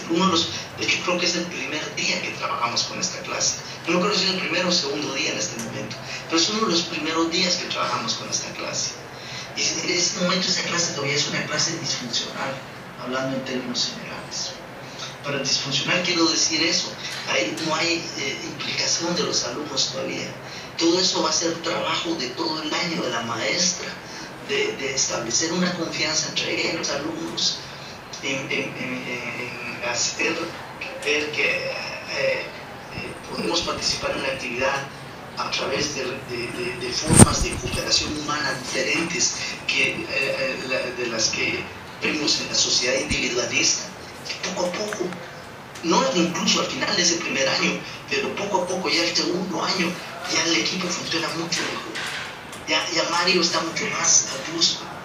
Ya Mario tiene más control también sobre sus propias emociones y se frustra menos. Pero hay todo un trabajo de la maestra detrás. Y luego de otra maestra, que ya no es la misma maestra. Entonces, el motivo se declina en dos, en el social y en el individual. En el contexto de nuestras sociedades capitalistas, los motivos son pensados esencialmente en términos de provecho individual. Esos reaparecen, son encarnados en la escuela en comportamientos individualistas. Entonces, dentro de la teoría de la objetivación, y eso es una de las líneas de investigación que tenemos en este momento abiertas, estamos tratando de desarrollar toda una serie de acciones que culminan en una ética comunitaria, que está basada en el respeto, en la solidaridad, en la responsabilidad y en el cuidado del otro. Y los maestros juegan un papel muy importante. Entonces estamos tratando de contrabalancear esos motivos sociales individualistas para dar cabida a formas de producción de saberes y formas de cooperación humana que son más de estilo comunitario. Aparece motivos individuales que no son naturales. Por ejemplo, la solidaridad. Esto no es un motivo espontáneo, natural. Tiene que ser cultivado, tiene que ser trabajado detenidamente para que se vuelvan comportamientos adoptados en sala de clase. Entonces, y con eso creamos nuevos motivos sociales también. La otra pregunta, ¿cómo se hacen conscientes pues, el objeto motivo? ¿Cómo puede hacerse para que estos objetos motivos de los estudiantes y los profesores converjan? Ya, bueno.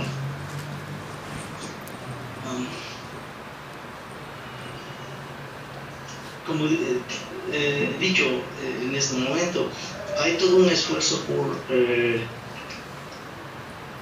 recrear relaciones, nuevas formas de cooperación humana a la sala de clase. Ya que el alumno habla con los maestros y los incita a mostrarse solidarios y solidarios, responsables respecto a los otros alumnos, respecto a la tarea y respecto a toda la clase. Ahora, ¿cómo hay un trabajo constante del profesor? Doy un ejemplo rápido. Por ejemplo, en un grupo hay 3 alumnos que están trabajando y el maestro tiene la impresión que hay uno que tal vez no está entendiendo mucho, entonces llega y les dice a los otros que parece que están entendiendo y les dice: y ustedes se han asegurado que esta persona está entendiendo. Entonces los otros 2 paran y dicen: vaya, sí, te lo dejamos ahí, pues. Entonces ya van y le hablan, tratan de integrarlo a lo que están haciendo. Después, 5 minutos después, regresa el maestro, ya no se dirige a los fuertes, a los que estaban resolviendo el problema, sino al otro y le dice: ahora, ¿ya entendiste? Entonces el alumno puede decir: sí, ya entendí. Entonces, ¿me podrías reformular con tus palabras las ideas de ellos?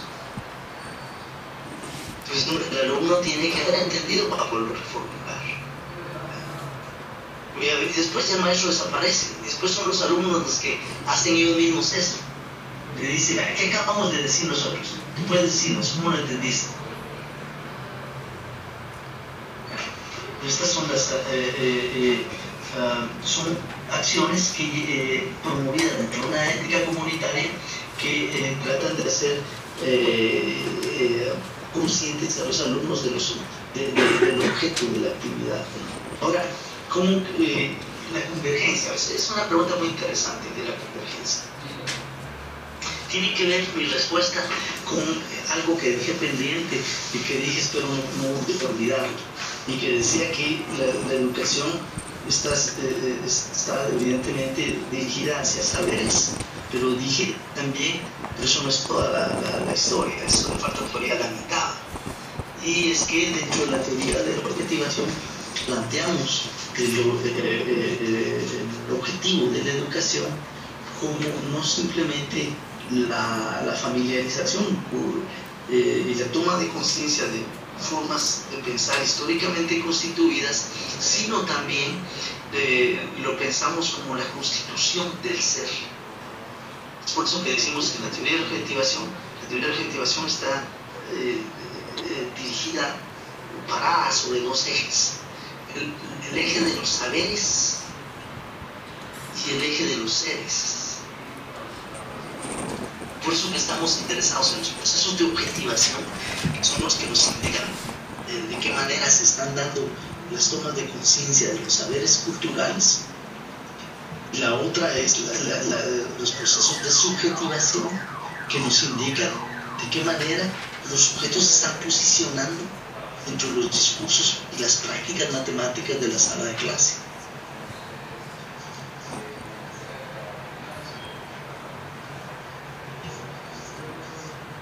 Ese es el otro 50%. Ahora, de nuevo, la pregunta es que converja diríamos, ¿qué es lo que va a converger? La refracción del objeto de la actividad en la conciencia de los alumnos y de los maestros.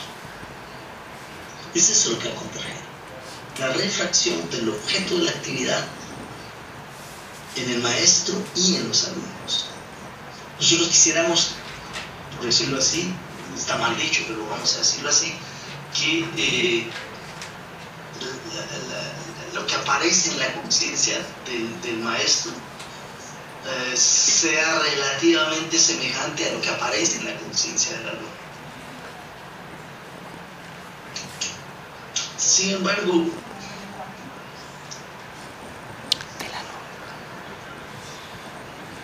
pensamos que no es necesario.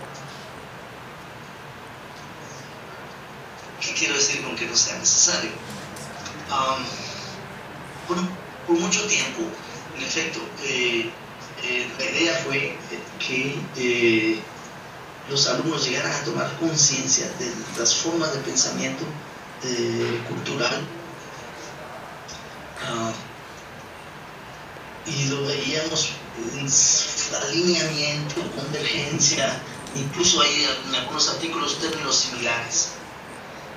En los últimos artículos, a medida que hemos tomado más y más conciencia que la educación no tiene que estar centrada solo en los saberes, sino que al contrario tiene que tomar en cuenta la dimensión de los seres, nos hemos apartado de esa línea de pensamiento. Sí hay convergencia, cuanto mejor. Pero si no hay convergencia, no podemos decir que no ha habido objetivación. Claro que la divergencia puede ser de muchas razones, de muchas formas y tener muchas razones.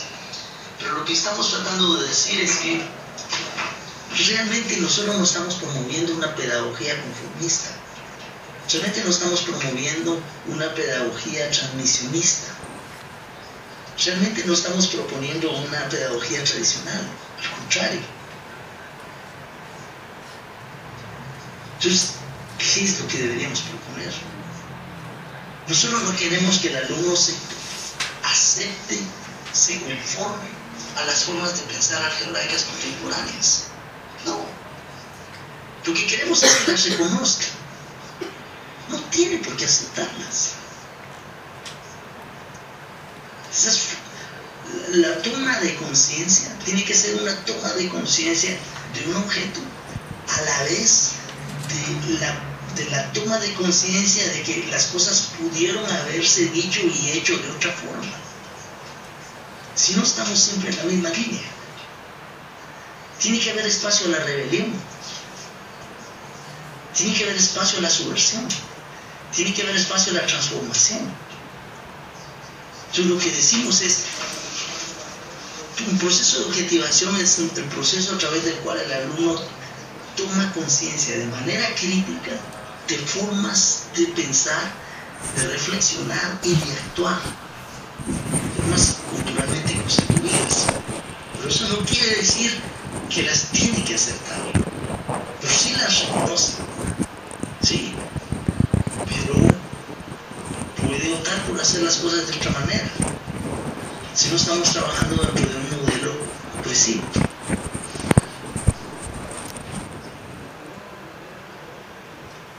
Es por eso que esta dimensión crítica es muy importante. La dimensión crítica es la toma de conciencia que esta es una forma de hacer las cosas. Esa no es la última, ni necesariamente la mejor.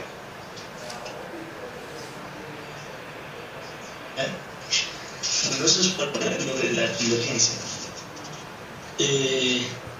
Luego ¿cómo se da cuenta de las tareas de la dimensión histórico-cultural? Bueno, yo creo que se siente en lo que he dicho, se puede ver en lo que he dicho. Primero, el objeto es el objeto de la actividad. Las formas de pensar son ya culturales e históricas. Por otro lado, ese proceso de toma de conciencia, ese proceso de objetivación es un proceso históricamente situado, es culturalmente situado, a través del cual se van a lograr ciertas, no solamente objetivaciones, sino también subjetivaciones. Subjetivaciones que se dan dentro del marco de ciertas formas éticas, que son ellas mismas, igual que los saberes, históricamente y culturalmente constituidas. Entonces todo es cultural e histórico. Claro que todo sea cultural e histórico, sí, es una banalidad. Sí, es cierto, todo esto. No, pero es que esa historicidad del saber nos está afectando.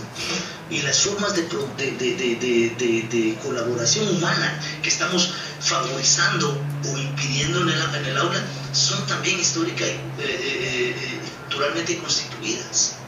Y es a través de ellas que estamos formándonos nosotros como maestros y los alumnos como alumnos. Y la implicación histórica y cultural es importantísima. Lo que pasa es que tenemos que aprender a verlas en la manera en que nos están afectando. Por último, lo de comprender, aprender y la toma de conciencia.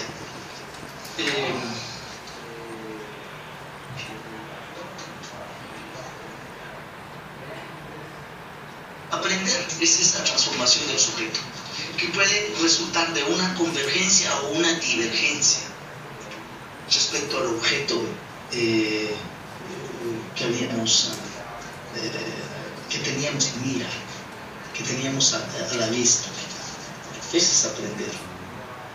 Aprender no quiere decir resolver las ecuaciones o los patrones como lo hacen los matemáticos y se ha hecho desde hace muchos años.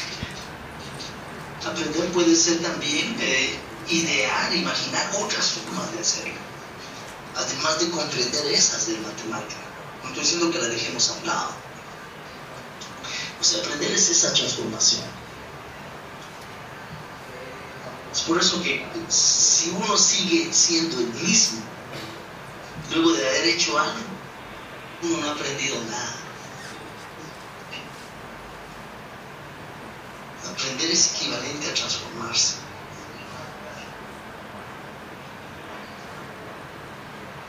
Comprender es, tomar conciencia de cierta cosa. La pregunta era, comprender, aprender, ¿lo podemos evaluar o tomar conciencia? No.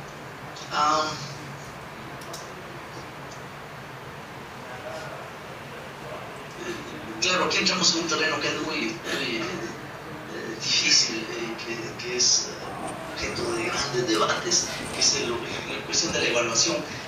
No quiero ir mucho por ahí hoy, pero pensemos que las formas de evaluación contemporáneas están inmersas en unas concepciones de saberes muy particulares. Hay concepciones muy particulares. Son concepciones de saberes en las cuales precisamente los saberes son vistas como comodidades, como mercaderías. El saber que vehicula desafortunadamente la escuela, la sociedad actual, sociedad occidental en todo caso, es un saber que es pensado como competencia, susceptible de ser intercambiado en el mercado del trabajo. Dentro de la teoría de objetivación, el saber es otra cosa. Entonces la cuestión de la evaluación se plantea de manera diferente, no se plantea así. O sea, no es a través de exámenes, no es a través de tests. De hecho, la idea de tests escritos como los que hacemos pasar a nuestros alumnos viene de la concepción de la educación como proceso industrial. Cuando se da la transposición a la escuela de las formas de producción industriales, aparece la idea del test. Pero puede aparecer si solamente si se ha concebido lo que se evalúa, es decir, el saber, como una mercadería. Bueno, creo que vamos a parar acá. Me ha dado mucho gusto estar con ustedes esta tarde, platicar acerca del libro, de su origen, de la teoría de la objetivación, un poco de las líneas hacia donde queremos ir, la línea de subjetivación, la línea ética, la reconceptualización del alumno, del maestro, la reconceptualización de saberes que tiene implicaciones profundas, como ustedes pueden ver en esta discusión sobre la evaluación. Y podríamos, y de hecho ustedes están interesados, si algunos de ustedes están interesados en trabajar en eso, podemos seguir en contacto, están interesados en trabajar la cuestión de la evaluación desde el punto de vista de la teoría de la objetivación. A mi conocimiento nadie ha abordado eso. Yo lo he discutido en seminarios, lo discutí recientemente, no me acuerdo dónde, tal vez en una conferencia en Colombia el mes pasado, en Suecia, pero he estado discutiendo esta cuestión de la evaluación, pero a mi conocimiento no hay nadie que esté trabajando sobre la evaluación desde el punto de vista de la teoría de la objetivación. En fin, hay líneas de investigación ahí abiertas, hay espacio para que gente pueda, los colegas interesados, investigadores en esto, puedan venir y trabajar.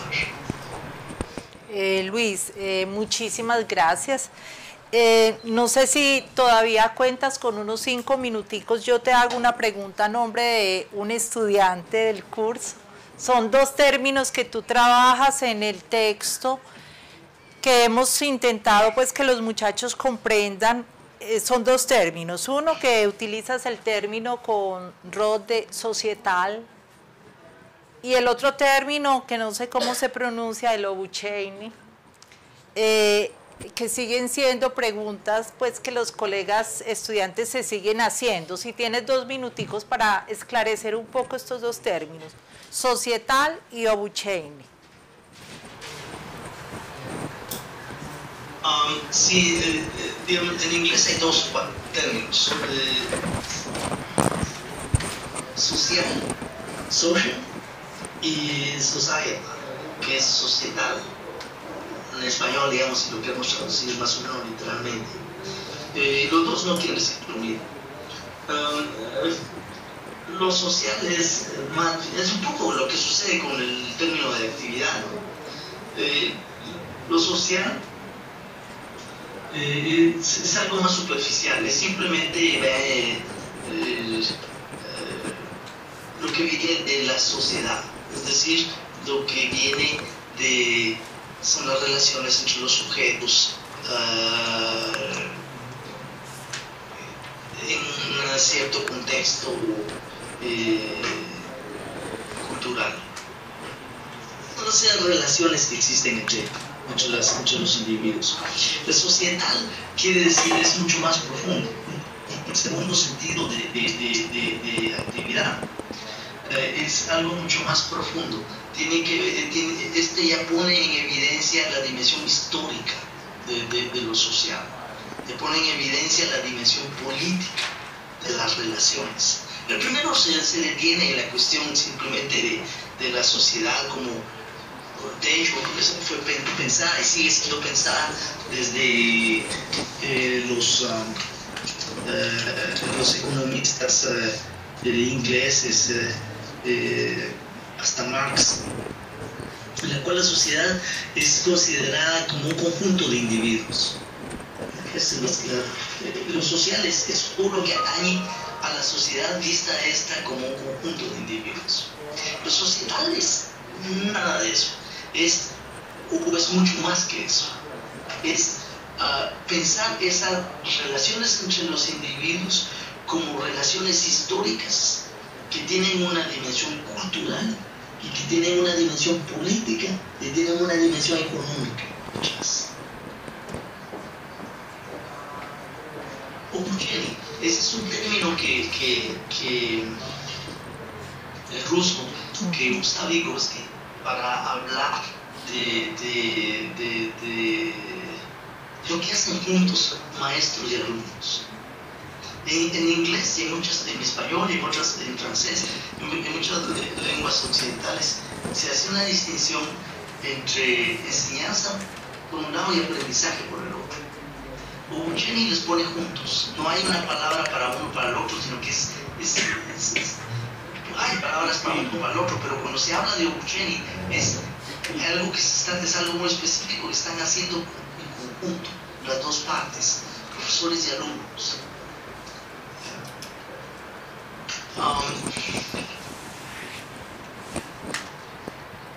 Como digo, en inglés no hay una específica. En inglés está educación, está instrucción, está enseñanza, está aprendizaje, pero no hay un equivalente a lo Bucheni.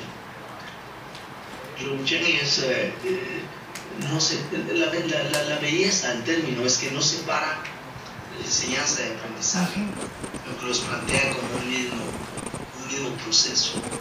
Y es lo que hemos traducido nosotros como labor conjunta. Labor de enseñanza y junta de enseñanza-aprendizaje. En los últimos trabajos es eso lo que queremos decir, una labor conjunta. Es una labor conjunta de enseñanza-aprendizaje en el que los maestros están aprendiendo, pero aprendiendo en el sentido de la teoría de la objetivación. Eso quiere decir, se están transformando, no solo como el resultado de que están aprendiendo más matemáticas, no, como resultado de que se están posicionando continuamente en discursos y prácticas matemáticas escolares.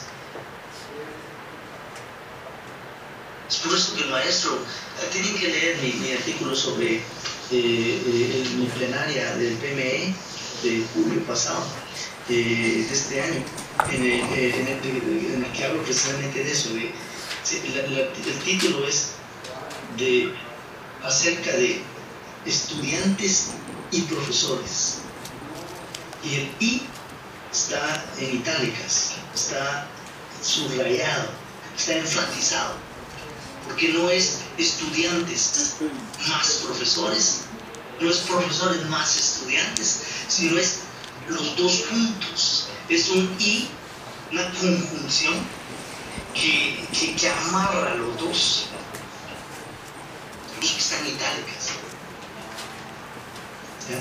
Es porque está siendo visto como labor conjunta a través del cual los maestros y los alumnos están aprendiendo en el sentido de la teoría de la objetivación. Es decir, se están transformando mutuamente, se están coproduciendo. Cuando Mario y la maestra están dialogando, cuando la maestra llega a sentarse a la par de Mario, la maestra se está produciendo como maestra, porque ella depende de cómo la va a percibir Mario, y viceversa.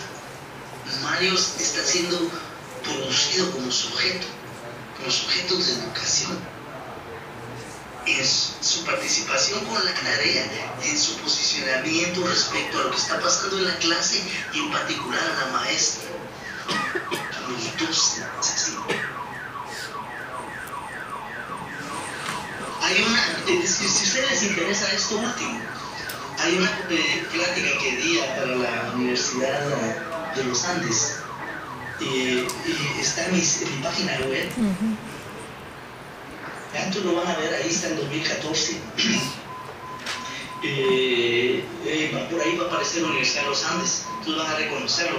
Es un video en el cual doy un ejemplo similar al de Mario y el de la maestra, en ciertos aspectos, en el cual muestro esto que estoy tratando de decir acá, cómo entendemos el aprendizaje. Pues que yo decía hace un momento, cuando hablamos de aprendizaje estamos hablando de transformación, ¿sí? Las evaluaciones, esta transformación es una transformación que se hace en la coparticipación con los otros, y que da como resultado la coproducción de maestros y de alumnos. Eso significa ver los saberes de una manera y los seres de una manera muy diferente de las maneras instrumentales que nos ofrecen las teorías contemporáneas educativas. Pero está ahí, si lo quieren ver, es una conferencia de 45 minutos. Está ahí en la página. Y ahí hay un ejemplo muy clarito donde aparece esto. Hay lo que llamo una llamada ontológica al otro. La maestra necesita ontológicamente al otro, al alumno, para existir, y viceversa.